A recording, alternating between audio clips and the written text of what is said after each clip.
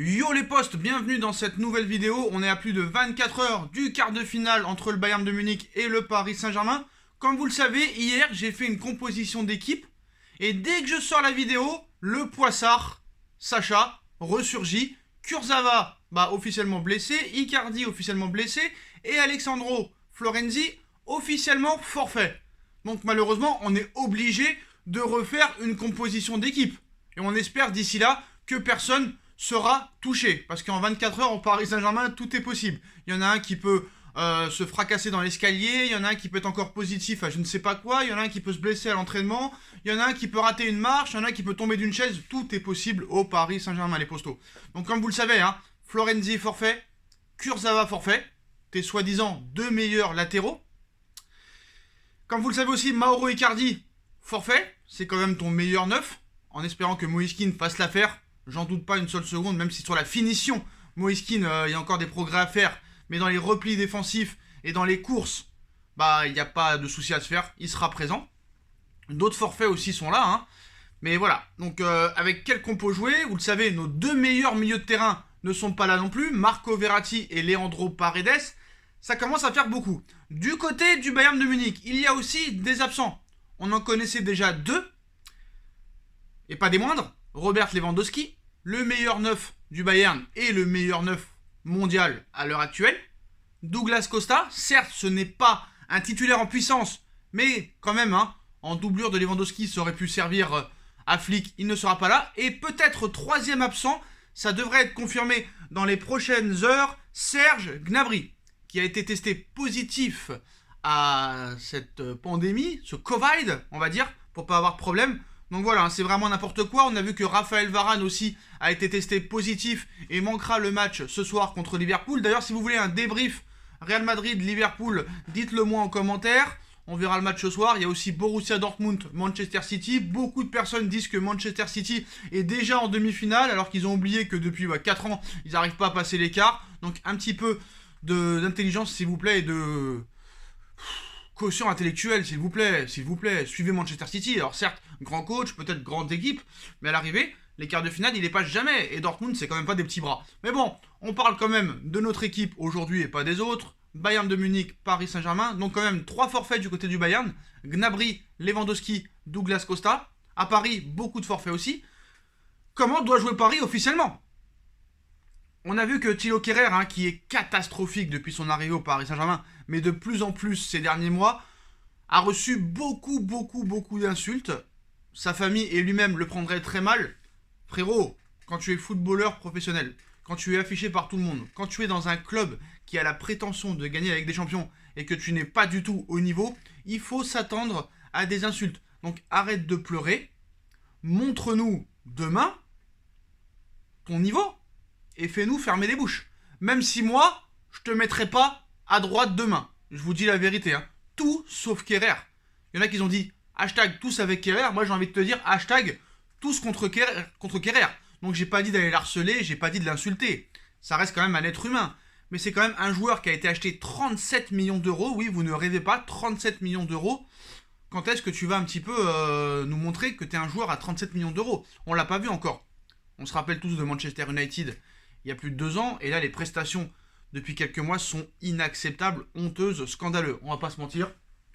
Donc pour moi, il n'a pas de niveau. Déjà, il n'a pas de niveau pour être joueur de football. Et encore moins pour jouer au Paris Saint-Germain.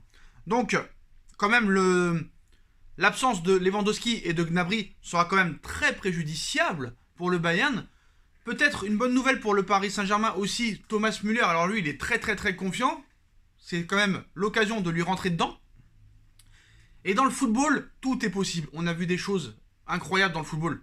Des outsiders battre des très grosses équipes. Voilà, qui aurait pu croire l'année dernière que Lyon allait battre Manchester City? Qui aurait pu croire en 2009 que Lyon allait battre le Real Madrid de Cristiano Ronaldo, Kaka, Benzema et beaucoup d'autres? Et il y a eu beaucoup de surprises dans le football ces dernières années.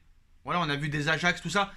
C'est le moment de voir ces joueurs pourris à l'heure actuelle, quelques-uns, se révéler au grand public. C'est tout. Donc maintenant, comment jouer? Bon, comme vous le savez, l'équipe que j'ai fait hier tombe à l'eau, vu qu'il y a 3 joueurs qui sont pas disponibles. Comment je fais? Dans les buts, ça change pas. Keylor Navas, meilleur joueur parisien depuis plus de 2 ans.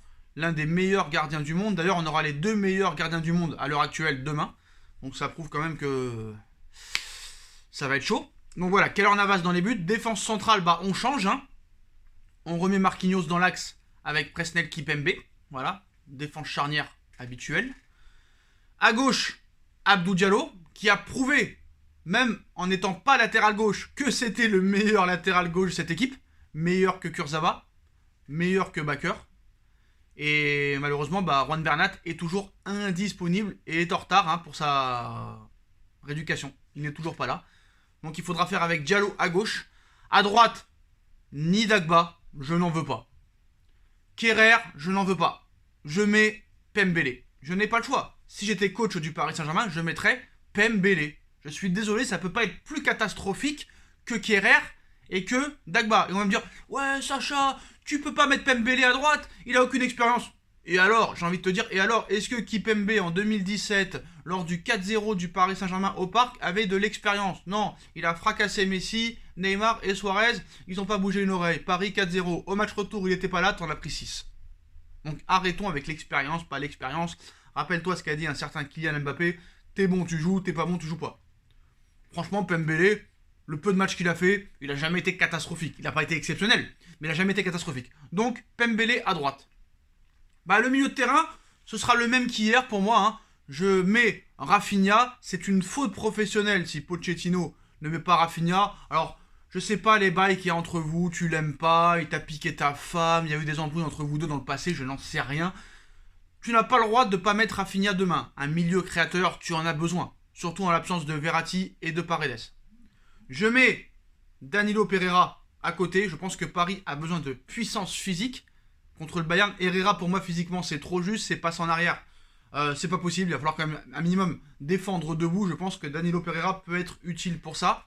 Et Idrissa Gueye, bah en fait, c'est compliqué de le mettre Idrissa, mais as-tu le choix de ne pas le mettre? C'est ça le problème. Parce que Gueye, j'ai bien peur qu'avec sa nervosité, tout ça et tout, il te prenne un carton jaune au bout de 5 minutes de jeu et qu'après tu te retrouves dans la merde, même s'il y a 5 changements. Tu vois? Après, t'as pas beaucoup de solutions non plus. Qui tu as en ce moment? Tu as Rafinha, tu as Draxler, tu as Danilo Pereira, tu as Herrera. Alors certes, il y en a qui vont me dire Herrera a joué la finale l'année dernière, a fait le parcours du Final 8 avec le PSG. N'est-il pas le meilleur atout dans ce milieu en l'absence de Verratti, Paredes? J'ai envie de te dire oui et non. Il y en a qui m'ont même proposé de mettre Neymar au milieu de terrain très très bas et même Di Maria. Pourquoi pas, j'ai envie de te dire. Mais bon. Moi franchement je partirais sur un milieu à 3 avec Danilo, Gueye et Rafinha. Alors vous allez me dire mais pourquoi tu changes d'avis sur Gueye? Parce qu'il va falloir quand même du physique face à ces monstres du Bayern de Munich qui ont des physiques complètement impressionnants. Et voilà, ça aurait été une équipe moins technique, moins dangereuse. J'aurais peut-être pu mettre Herrera, Rafinha, Danilo. Mais là non, il faut du physique un minimum. Donc Gueye a ce physique que d'autres joueurs comme Herrera n'ont pas. Donc Rafinha en milieu créateur avec Danilo Pereira et Monsieur Idrissa Gueye. En espérant que ça puisse faire l'affaire. Bah devant je ne change pas. Hein. Di Maria à droite, Mbappé à gauche et Moise Kean dans l'axe. Je ne veux pas de Neymar. J'en ai marre. On a encore vu des choses hein, comme quoi après le match contre Lille, le mec s'en tape complet. Le mec va jouer au poker à 3h du matin. Ça continue les bails. Moi je reste dans ma politique. Je le laisse sur le banc. Je le fais rentrer à une demi-heure de la fin.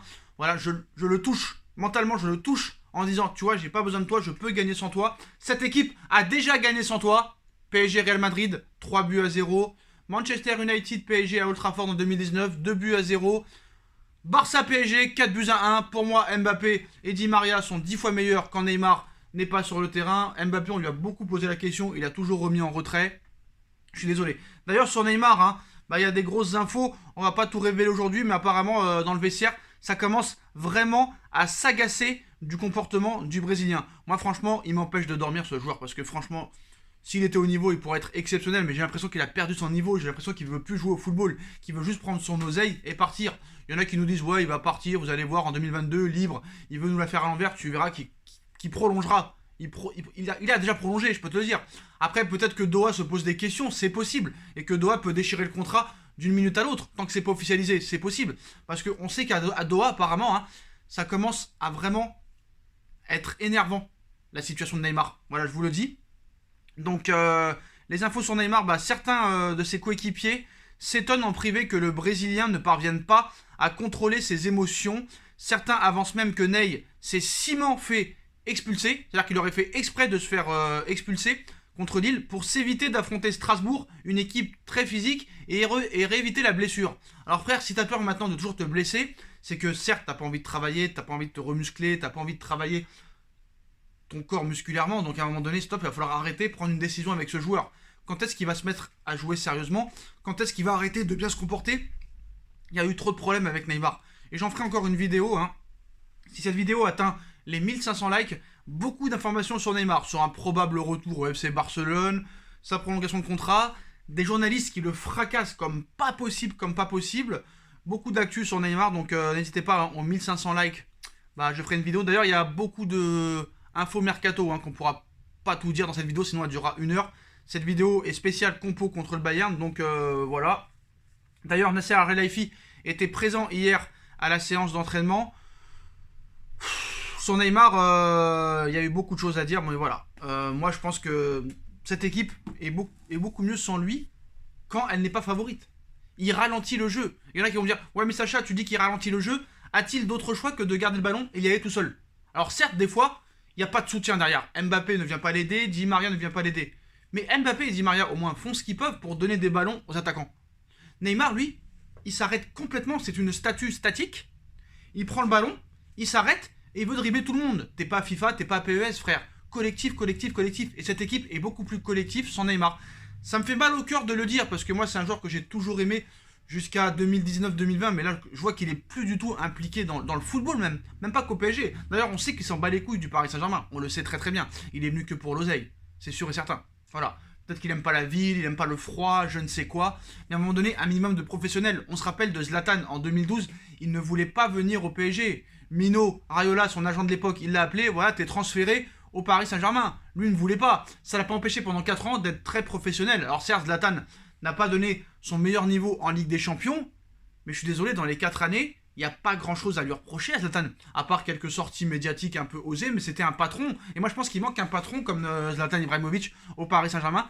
Et ce serait bien de faire quelque chose l'année prochaine pour essayer de faire un nouveau cycle et repartir sur des joueurs vraiment, des vrais professionnels. Pas des mecs qu'on a ramassés dans la rue et qu'on connaît même pas, qui n'arrivent pas à progresser. Alors d'ailleurs, c'est vrai que le problème, tout n'est pas de la faute des joueurs, parce que quand tu as des coachs qui n'arrivent pas à faire progresser les joueurs, Emery, il a fait progresser qui? Tuchel a fait progresser qui? Pochettino a fait progresser qui? Laurent Blanc avait fait progresser qui à l'époque? Quelques joueurs quand même. Quelques joueurs comme Serge Aurier et comme beaucoup d'autres que j'ai oubliés, mais voilà. Donc Ancelotti, il a fait progresser aussi des joueurs, mais pas les 3 derniers qui se sont embarqués au Paris Saint-Germain. Donc, ma compo officielle, s'il n'y a pas de blessure ou de positif d'ici là, Navas dans les buts, je refais descendre Marquinhos en défense centrale aux côtés de Presnel Kipembe. À droite, Timothy Pembele. À gauche, Abdou Diallo. Milieu à 3, Gay, Danilo Pereira, Rafinha en milieu créateur. Di Maria, Kylian Mbappé, Moïse Kean, qui je pense seront beaucoup plus collectifs, qui seront beaucoup plus en repli défensif avec Moïse Kean, et ça ne rechignera pas à l'effort. Et je pense que Paris peut-être peut contrer cette armada offensif qui manquera quand même 2 cadres, Lewandowski et sûrement Serge Gnabry. Ce n'est pas à mettre de côté. Si Paris a beaucoup de blessés et n'est pas favori, certes, le Bayern a aussi des blessés. Et va savoir, peut-être de leur côté, il peut y avoir encore 1 ou 2 absents, vu que maintenant, Monsieur Gnabry est contact. Peut-être qu'il y en a d'autres qui vont se le faire refiler aussi. Mais ça reste quand même que d'être très très très très compliqué. Il va falloir 11 joueurs très très impliqués. Et Neymar, frère, tu seras sûrement titulaire, parce que c'est pas moi le coach malheureusement, mais voilà, tu as l'occasion maintenant, sur cette phase aller et cette phase retour, de nous montrer enfin ce que tu vaux. Montre-nous. Même si on perd, perdez avec fierté au moins. Au moins, n'en prenez pas 8 comme le Barça en a pris 8. L'efficacité va être primordiale demain. Tu en auras des occasions. Le Bayern défensivement, c'est pas non plus impressionnant. Tu auras des occasions. Il faut jouer collectif. Et moi je pense qu'il faut jouer en contre à 2000 à l'heure. Parce que le Bayern, on sait très bien comment il joue. Il garde le ballon, la possession, attaque directe vers l'avant et ça veut marquer des buts. Donc il y aura des espaces. Il faut jouer en contre avec des rapidités comme Mbappé, Neymar et Moïse Kean. Un milieu très physique qui donne des ballons vers l'avant. Il va falloir jouer vers l'avant. C'est tout simple. jouez en contre, écoutez-moi. Voilà les postos, c'est la fin de cette vidéo. Dites-moi en commentaire qu'est-ce que vous pensez de ma composition d'équipe en 4-3-3. Si vous voulez la vidéo sur Neymar et sur les grosses infos mercato qui nous annoncent en ce moment, 1500 likes, et elle sortira. Dites-moi si vous voulez un débrief ce soir, Liverpool, Real, Dortmund, City. Puis on like, on partage, on commente, on s'abonne. La cagnotte PayPal est toujours en lien en description si vous voulez participer. Ainsi que ma deuxième chaîne YouTube No Feeling. Et puis à très vite pour une nouvelle vidéo. Tchuss.